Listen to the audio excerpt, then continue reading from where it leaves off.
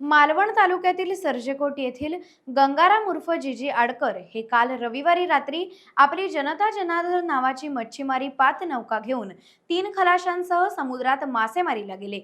कुणकेश्वर येथील समुद्रात मासेमारी करून जाळी ओढल्यावर ते माघारी परतत असता मध्यरात्री 2 वाजण्याच्या सुमारास पाण्याला ताण आल्याने नौका हेलकावे घेऊ लागली। त्यानंतर मात्र नौकेत पाणी शिरू लागले।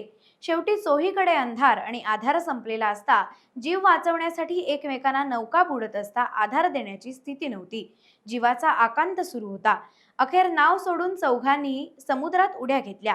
आज पहाटे येथील विजय धुरत हे आचरा बंदर नजीकच्या समुद्रातून पोहत येताना दिसून आले, तर अन्य 3 मच्छीमार बेपत्ता होते।